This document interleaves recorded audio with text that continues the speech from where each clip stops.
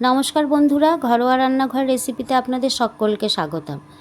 আজকে আমি নিয়ে এসেছি গোটা লোটে মাছ কিভাবে রান্না করা যায়। একটুকু ভাঙবে না আমার এই টিপসগুলো যদি ফলো করেন।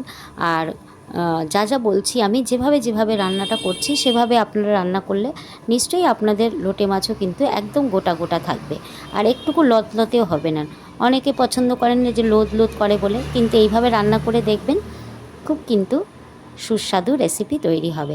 লোটে মাছটা ধুয়ে প্রথমে আমি একটু নুন মাখিয়ে কাত করে রেখেছিলাম, জলটা ঝরার জন্য। এক্সট্রা জলটা বেরিয়ে গেছে। এবার এর মধ্যে হলুদ আর একটু লঙ্কার গুঁড়ো দিয়ে ভালো করে আমি এটাকে মেখে নিয়েছি। এবার আমি একটু পাশে আটা নিয়ে নিচ্ছি। আটাটা সামান্য আগে একটু ওর উপরে ছড়িয়ে দিচ্ছি।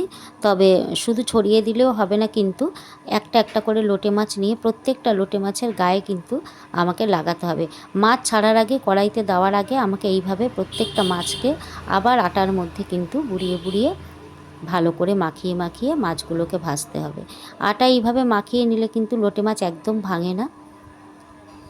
সব কটা মাছের গায়ে আমি মেখে নিয়েছি, কিন্তু ছাড়ার সময় আমি আর একবার একটু আটা মাখিয়ে তবেই কিন্তু তেলে ছাড়বো। আর মশলার জন্য আমি নিয়ে নিয়েছি পেঁয়াজ, রসুন, আদা, টমেটো, ধনেপাতা, লঙ্কা কুচি, আর রসুন, পেঁয়াজ আর টমেটো, আদা, এগুলোর আমি একটু পেস্ট বানিয়ে নেব। এবারে কড়াইটা খুব ভালো করে গরম করে এর মধ্যে তেলটা খুব ভালো করে গরম করে নিয়েছি। আর ফ্লেমটা কিন্তু হাই থাকবে, একদম ফুল স্পিডে গ্যাসটা আপনারা অন করে রাখবেন। মাছগুলোর গায়ে এবার আমি একটু আটা মাখিয়ে একটা একটা করে ছেড়ে নিচ্ছি।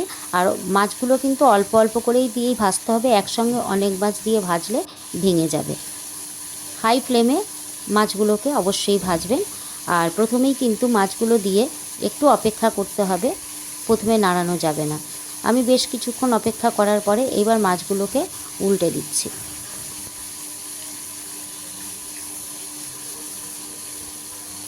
আপনাদের কাছে রিকোয়েস্ট হলো, যারা আমার চ্যানেলে নতুন, চ্যানেলটিকে সাবস্ক্রাইব করবার জন্য। বলে বলে আমি হাঁপিয়ে গেছি। আমার কিন্তু চ্যানেলটিকে প্লিজ সাবস্ক্রাইব করবেন একটু, আর পাশে থাকা বেল আইকনটি টিপে দেবেন, তাহলে পরে সমস্ত নোটিফিকেশান সবার আগে আপনার কাছেই পৌঁছাবে। দেখুন মাছগুলো কিন্তু আমার সম্পূর্ণ গোটা রয়েছে। এইভাবে যদি একটু গায়ে আটা মাখিয়ে মাছ ভাজা যায়, লোটে মাছ সম্পূর্ণ গোটাই থাকবে। এপিট ওপিট করে হাই ফ্লেমে মাছগুলোকে ভেজে নিচ্ছি আমি।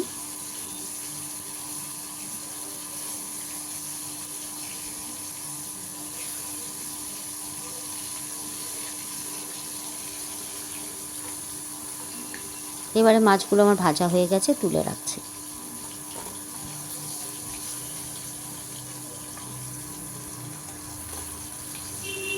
পরের ব্যাচটা আমি ভেজে নিচ্ছি। এইভাবে অল্প অল্প করে সমস্ত মাছই ভেজে নেব, একবারে বেশি মাছ আমি এখানে দেব না। মনে রাখবেন, আগের থেকে কিন্তু মাখিয়ে রাখলে হবে না, দেওয়ার সময়ও কিন্তু আবার একটু আটার মধ্যে বুলিয়ে নিয়ে তারপরেই ছাড়তে হবে।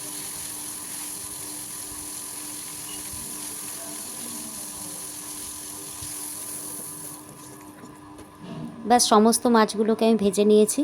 দেখুন সব মাছগুলো গোটা, আমার একটাও কিন্তু ভাঙেনি। আপনারাও এইভাবে আটা মাখিয়ে মাছ ভেজে নেবেন, দেখবেন একটাও ভাঙবে না। এবারে চলুন মাছের ঝাল বানানোর জন্য। প্রথমে কড়াইটা আমি পরিষ্কার করে নিয়েছি, যেহেতু আটা দিয়ে মাছগুলো ভেজেছিলাম সেই জন্য কালো কালো হয়ে গেছিলো তেলটা। সেই তেলটাকে আমি ফেলে এইবারে আমি পরিষ্কার তেল নিয়ে এর মধ্যে একটু কালি জিরা ফোড়ন দিয়ে দিয়েছি, সামান্য একটু পেঁয়াজ ভেজে নিচ্ছি। পেঁয়াজটা একটু ভালো করে ভাজা হয়ে গেলে এবারে আমি আদা, রসুন, টমেটো, পেঁয়াজ বাটাটা এর মধ্যে দিয়ে দিচ্ছি। মিডিয়াম আঁচে মশলাটা কষিয়ে নিতে হবে অল্প অল্প করে। পেঁয়াজ রসুনের জিনিস কিন্তু একটু বেশিই কষাতে হয়। দিয়ে দিচ্ছি একটু কাশ্মীরি লঙ্কার গুঁড়ো, দিয়ে দিচ্ছি হলুদ, কুচনো কাঁচা লঙ্কা, লবণ দিয়ে ভালো করে কষিয়ে নিচ্ছি মিডিয়াম আঁচে।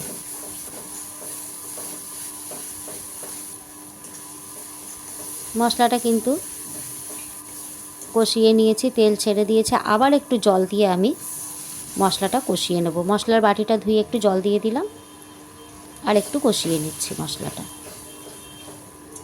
তাহলে টেস্টটা কিন্তু ভালো হবে। এবার আমি এর মধ্যে সামান্য একটু চিনি দিয়ে দিচ্ছি। আপনারা পছন্দ না করলে দেবেন না, তবে একটু কিন্তু হালকা চিনি দিলে তরকারির স্বাদই কিন্তু অন্যরকম হয়ে যায়। ওই মশলাটা আমি বেশ ভালো করে কষিয়ে এবারে আমি এর মধ্যে জল দিচ্ছি, তবে এটা একটু গামাখা গামাখা ঝোল হবে বলে জলটার পরিমাণটা আমি কম দিয়েছি।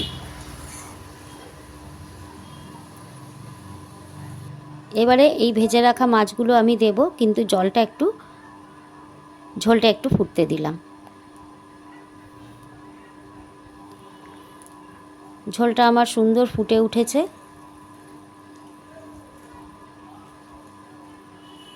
আমার রেসিপিটা কিন্তু ভালো লাগলে অবশ্যই বন্ধুবান্ধবের সঙ্গে শেয়ার করবেন, আপনাদের রিলেটিভদের সঙ্গে শেয়ার করবেন, তাদের বলবেন যে এইভাবে অবশ্যই মাছ রান্না করতে। আর আমাকে কিন্তু কমেন্টসে আপনারা জানাবেন আমার রেসিপিটি কেমন লাগলো। মাছটা কিন্তু এই সময় বেশি নাড়ানো যাবে না, ঝোলটাকে দিয়ে সামান্য একটু ফুটিয়েই তারপরে আমি এর মধ্যে দিয়ে দেবো একটু গরম মশলার গুঁড়ো ছড়িয়ে দিচ্ছি, আর কিছুটা ধনেপাতা কুচি এর মধ্যে ওপর থেকে ছড়িয়ে দিচ্ছি।